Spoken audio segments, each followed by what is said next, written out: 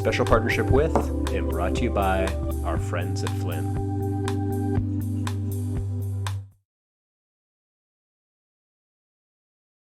Today on Soulfront, I speak with Marnie Ashcroft, who is the franchise owner and founder of Glow Juicery. Marnie has a passion for health and wellness, for community, and she wants to change the way we think of interacting with food, seeing food as medicine, food as fuel. For our topic today, what we want to dive into is, in these tough times, how do you communicate your brand story to yourself, but also to all the people who are supporting you, and how important that is. So without further ado, let's get into the show. Awesome. Marnie, welcome to the show. Thanks so much for taking the time to be with me today. I really appreciate it. I am, so pleased to have you with me, and like going into your stories of being an entrepreneur and with Glow. It's going to be a lot of fun. What we talked about as a theme is one of your passions, which is the importance of living, understanding, and communicating your brand story. So we'll definitely dive into that today. But before we do, I'd love for you just to kind of take us from your origin story with Glow and how that brand story has evolved over the years. Okay. So I started Glow. Thanks, Scotty, by the way, for having me. I'm so excited. I started Glow because a good friend of mine was diagnosed with cancer and decided that juice therapy was going to be part of her protocol. And so I started to do a bit of research on that, on the aspect. I'd already believed in plants being considered medicinal within the body. But this is 8 years ago when that concept wasn't as readily accepted as it is now. We've changed a lot over the years. And now there's so many people sharing that type of conversation and education. But at the time, it was very foreign that someone wouldn't just follow Western medicine protocols. And we weren't saying or suggesting ever that you wouldn't do that, but we wanted to give people tools that were accessible and delicious. And so I started to do the research. And at the time, there were thousands of juiceries in the United States and only 2 in Canada. So that was kind of that weird feeling you get when you're like, okay, I'm onto something. This is either terrible or awesome. So then I really started to explore and built a brand out and was ready to launch within nine months, basically, from concept to launch. Really, 9 months. So in those 9 months, when you kind of went through that, like I looked at kind of actually past quotes that you've had describing what you do, and one was, you said Glow is designed to be something different, to be incorporated to a lifestyle of healing and wellness. We do, and we always will, believe that food is medicine and fuel for the body. So with like getting into that why did that become so important to you? I think that sometimes the experience that you have when you are diagnosed or when you're dealing with a personal medical concern is a feeling of helplessness, right? And I mean, then you're in a medical system where you're being told what to do, and even that can feel helpless, from diagnosis or even a misdiagnosis. And this is all kinds of disorders. We aren't just talking about cancer, but all kinds of inflammatory diseases that people go through, a lot of autoimmune disorders, all of that. And my thought was, if we can put something in your hands that empowers you, something very, very simple, bioavailable, then perhaps you could feel a bit more empowered as you move through that process. And that alone could change everything, right? Mm-hmm. Now, has that brand story, when we talked about it evolving, has the why behind that brand story changed? No, absolutely not. And in fact, very recently, as things started to unfold with the pandemic and different measures coming our way, and one question we had to ask ourselves very early in that game, and that's like mid-March, 2 months ago, are we an essential service? How do we remain an essential service? and what part of our brand story do we need to communicate at this time so that our clients feel that and feel safe with our products. So with that, what started coming out as things that were very important for your customers and for you? So I've always had a belief that in order to stay relevant, I guess, with your clients, is you need to be easy to buy from, and you need to be easy to connect with. And all the measures were making us very not easy to connect with. People couldn't walk in the door and buy products anymore. And so I had to think about how we were going to reach our clients. And luckily, we had built out a really robust website. So our clients were already familiar with accessing our products online. Additionally, who our clients have told us we are is more like a grocery store rather than a food retail, like a restaurant. We're not really a restaurant. People buy in bulk. They tend to buy 5, 10, 15 juices at a time. They order salads in bulk. They would order our cleanses online, our raw food packages, things like that. We also had a number of strategic partners that are also grocery partners. So Blush Lane and Spud are grocery distributors that we work with. So I thought, okay, so let's lean into that. Let's lean into the fact that as an essential service, we are going to provide bulk options for people. And we also want to just make sure that they receive those products in a timely fashion. And so I also decided to deliver products to people's doors. So for the last 2 months, I have been offering free delivery, me personally in my car, loading up all the things, driving my green Jeep around, because it was part of what we needed to do in order to make things easier for our clients. And yeah, so it was just sort of looking at all of that. How can we still remain accessible? So with the story of your brand now in the pandemic, there's a lot of different things that you can look at. I looked at kind of online what people want to take from their brand in different times. One is embracing your roots. Another is understanding your customers' pain points, understanding your audience, and being authentic. So those are some ideas of what, and you've already talked a little bit about that. So what else are you thinking of doing right now with your brand story? Well, what we decided to do, so one of the things that I was like viscerally rejecting in this process as measures started to be enacted was the idea that fear was going to guide my decisions or motivate our conversations. There was enough news out there that was scary and uncertain. And so we decided to lean into the portions of our story that felt uplifting and positive. So we started what I call Frontline Friday, which was a nomination for essential workers and frontline workers. And then we chose a winner every Friday and brought them a free package to their home. And it was so nice. And I didn't just do it for other people. I did it to uplift myself, because the feeling of giving has always been a huge part of what we do.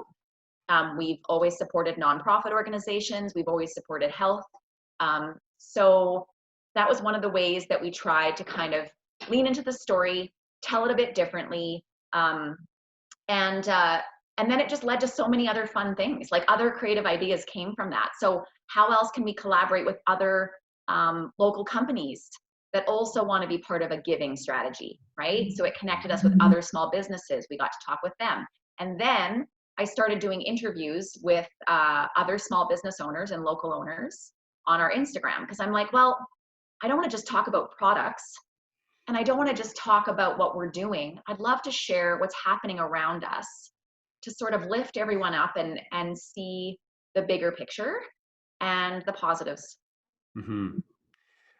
So when you talked about the fear of doing things, was it the idea that you felt immobilized at the beginning because you just don't know what's happening or what to do next? Was that also a part of the fear?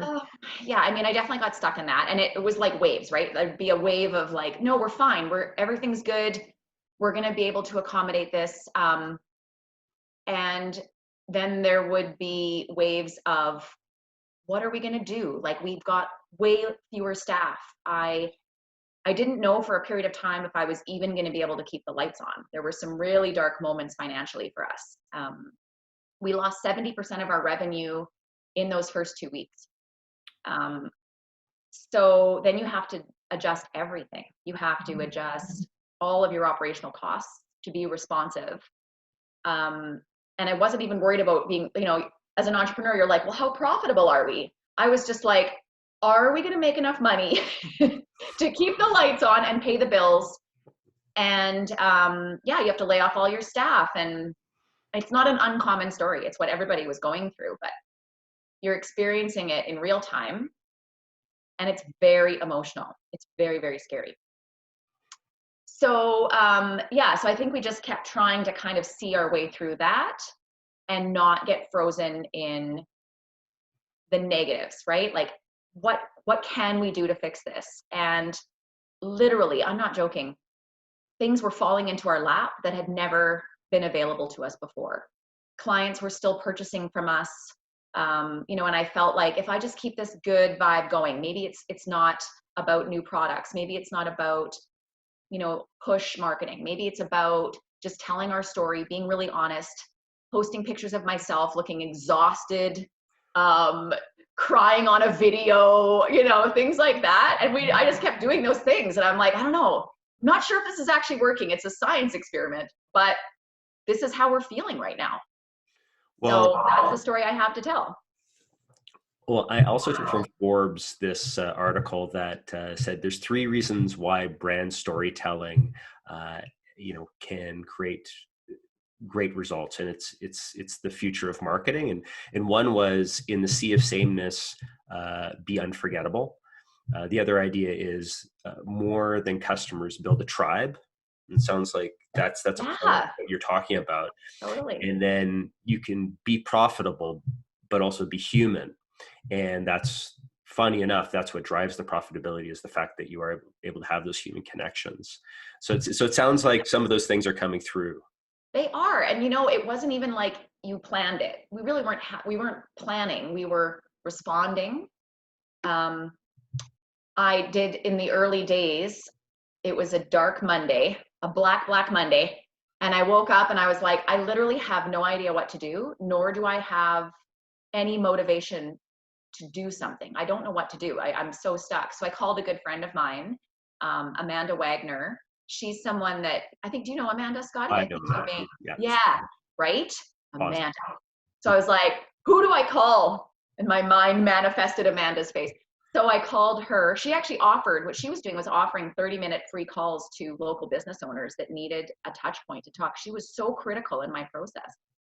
And she helped me, like a therapist, just process what I should be doing, what I could be doing, what I was doing, just acknowledging all of those pieces. And it really removed the block for me in 30 minutes. That's the kind of power she's got. So, and then I started to just look outside of myself and keep that as my frame of reference, that it didn't really need to be about me and my experience. I could talk about that once in a while, but it really had to be that we were there to provide comfort to our clients, because they were going through this, as much as I was. And we make a comforting, healthy, healing product for families. So that's what we were going to do. That's great. I mean, I think that's also just, it's a point of growth, right? Where you're saying you have the outside in perspective. Actually, I've got a quote from you, which is the exact opposite of that. It says, the truth is that people have no idea how hard it is to keep the pieces together. Maybe it's because I come from a family of driven, hardworking people that I even imagine to make it all work. Sometimes it barely works. I sometimes think if I gave 1% less of myself, the entire business would fail. I think you're joking around, but I think the funny thing there too was, I mean, that was post or pre-pandemic, right? Yeah, what's fun? And now, yeah, like just like, do you feel that, looking back on yourself, you're kind of half laughing, just saying, oh, like, well, who are you? Well, No, because okay, so interestingly enough, this makes me think. So the quote I provided to you prior to this was from Glennon Doyle, and I've been reading her book Untamed, which is more about like a personal, experience of sort of releasing yourself from your own limitations. But I've been able to apply it to the business because she references that one of the most, our avoidance of pain guides a lot of our decisions and behaviors, right? So you're so afraid of experiencing pain that you will do everything you can to stay in good enough for as long as possible, even if it's to your own detriment, right? Even if I'm running on a hamster wheel of good enough, I will just keep it up. And so when all of a sudden you're faced with what you would consider to be very painful, right? This whole situation was like, everyone get into the fire, enjoy it. Her point is getting into the fire and burning allows you to realize that you can burn down to ashes and rise again. And that's what we did. Yeah. So in that process, I got to release myself from all of the expectations I had of what success had looked like in this business, right? So maybe I was no longer going to drive myself to the brink in order to make this work. Maybe I was going to decompress entirely and build something new and sustainable that I could actually take care of and carry myself through this process. So yeah, it's a freeing, in a way, it can be very freeing to move through something catastrophic, right? Yeah, and I think you can learn and grow a ton, right?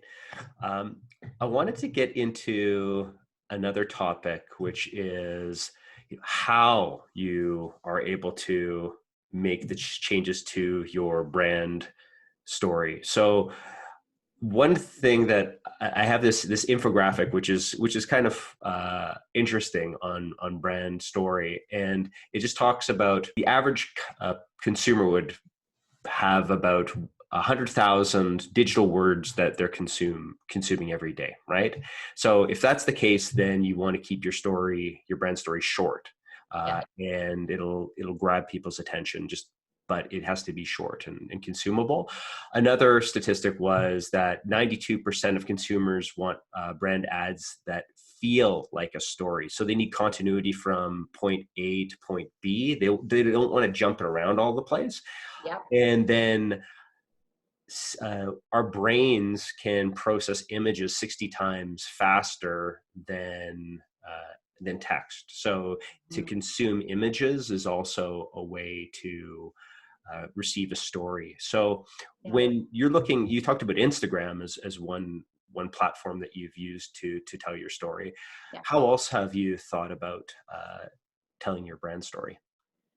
I guess we've worked to tell our brand story through collaborations with other companies. So the tribe that you mentioned earlier. Today I'm interviewing someone that we're going to announce a nonprofit, like a community engagement strategy that we've got to support a local nonprofit. I think sometimes letting other people tell your story is also refreshing and it gives you a bit of a break, and then you can reflect. So sometimes all that looks like is putting our products or an idea in the hands of other collaborators and letting them talk about how they feel. How does that make you feel? And that shows up. I mean, I would say that currently Instagram and Facebook are our primary forms of marketing, because they're relevant, tangible, I can control them. I'm not sure if that's going to shift once we have more money available to us, because we have done other campaigns in the past. But right now, all I feel like spending my money on is my staff and really healthy products and nonprofit. Those are the three things that we decided to kind of focus our spend on. And so everything else is just going to have to wait, and we have to use those tools to communicate the brand story as well as we can. Mm-hmm. You know, a book that we were chatting about just prior to this was Donald Miller's Building a Story Brand, and you said you might listen to it on Audible, like as you get on the road. And so one thing that he talks about is inviting people to your story rather than your brand being the hero of the story. Your customer's the hero of the story. Yeah. And you want to basically be the Yoda. The brand is the Yoda that is guiding the Luke Skywalker towards, the different hurdles that you have to Can I walk. be Obi-Wan instead of You could be Yoda? I'm Obi-Wan. just kidding. You could be, yeah, really, whatever lightsaber you want. I love Yoda. I'm gonna be baby Yoda. So you're talking about inviting people to your story. Has that always been a part of your business? Yeah, it has. I'm honored if a client wants to talk about my product. The first time that someone else took a picture of my product and posted it, I was like, oh my gosh, there's so much, this is so thrilling, because they obviously connected with it in a way that they wanted to share. So we've always treated that as a very precious relationship that we have with other people. What we haven't done is try to exploit that too much, because it's a really fine line that you walk between having someone feel compelled to tell your story because they mean it from their heart, right? Or you're collaborating in a really equal way, versus a really strong influencer strategy, right? We've always tried to walk that line because it feels most authentic, I guess, to me. And yeah, and I love when a client shares their story. We want to continue to create ideas and products that inspire people to do that. That would be all the compliments in the world that I would need. Do you find that on the other side of the pandemic, your brand story is going to be different, your company is going to be different in any way? Or do you feel that, you're going to go back to kind of the way that you used to do business? Our brand story will stay the same because I love it. I'm connected to it and I can't stop that. We'll come up with new ways to communicate it. But the business itself will change. Yes, it will change. It was interesting because I didn't know how I felt about that. I thought, like, you have a judgment about your business when it shrinks down and becomes, a baby version of itself, right? Where we just have online engagement and delivery. Like how I started the company, it was like that, right? Then I got on the phone with my friend Jackie, because she gives me such perspective on the world. And Jackie owns JSIC Chocolate. And Jackie said, I am absolutely not going to go back to the way things were ever again, with such conviction. And I was like, yeah, okay, I don't want to either. And in a way, she kind of gave me permission to evaluate that we might not be who we were, and that will be okay.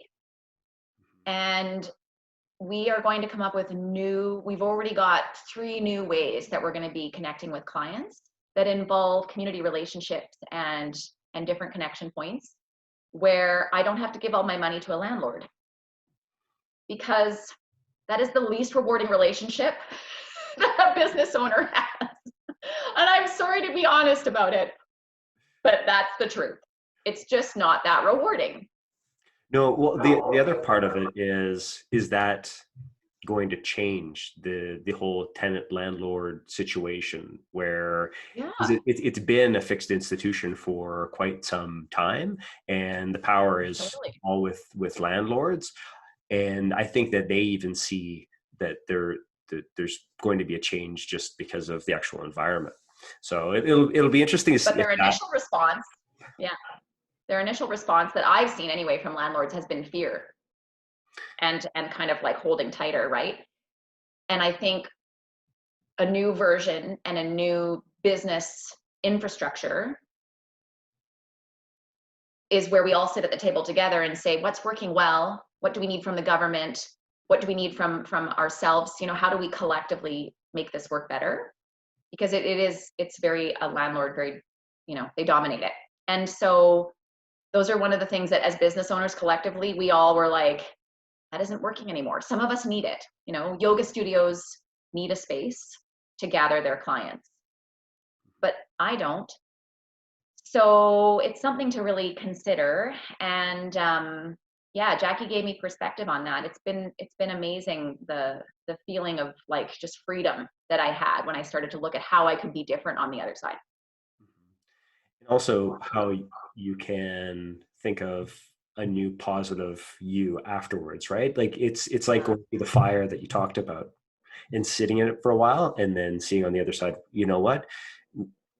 There was a purpose behind that whole thing. Like it just didn't burn down for nothing. Yeah, exactly. It did take me some time. I was in a really dark spot. I think I mentioned this to you in a previous conversation. Like I was moving through all the stages of grief and going in and out of it. And I wasn't, I knew that I would make it through. You just don't know who you're going to be. So we're still leaning into that, you know, and as I mentioned prior to the call as well, we are, you know, today is sort of like phase one, let's go for most restaurants and lots of businesses, but we're not opening to the public today. I'm developing some communication on what we are going to do. But we want to do it on our own terms. We want to do it with the very safest, best, you know, version of ourselves that we can be for our clients. And that is today or tomorrow. That might be a week from now. And yeah, but doing things on my own terms, wow, that's a cool feeling, right? Because so often you feel like you're being reactive. And I was like, that feeling is what leads me to helplessness. I have to stay in control of this to the best of my ability. And make those choices. Yeah. With your brand story, what has been the best part of your brand story just in the past, you know, the past few months? Just how loyal our clients are. We have some really awesome, loyal clients who literally reached out right away and said, how are you doing? How can I help? How can I give you business to support you at this time? It just really shows you who the bright lights are in our community. And some clients that were like, if you offer delivery, that's great. If it's curbside, that's great. You know, here's my money. And it's wonderful because I'm not the kind of person to ask for help. I don't like to reach out very often. You know, I wanted to just kind of get ourselves figured out, but that showed up very, very quickly, and it's amazing. They've been very consistent, and we've tried to do our absolute best. I will tell you, I've never been more appreciative ever in my life and more grateful for the business opportunities that we have. It's nearly emotional. It's amazing.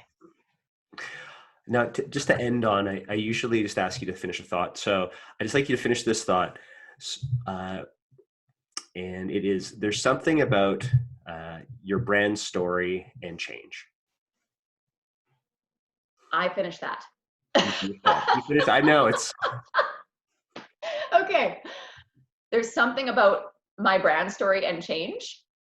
I guess just that we're not afraid of it, you know, and that we will embrace it, and that change is something that can bring, you know, all the feelings, but ultimately could bring you joy. You know, I've united myself with a lot of joy seekers that are out there, as you know, and it's something that I look for myself within the business and that we want to bring to our clients. So maybe that's what we're going to find on the other side of change. Awesome. Marnie, thanks so much for taking the time to speak with me today. I really appreciate it. Thank you so much, Scotty. It was a pleasure. Thanks.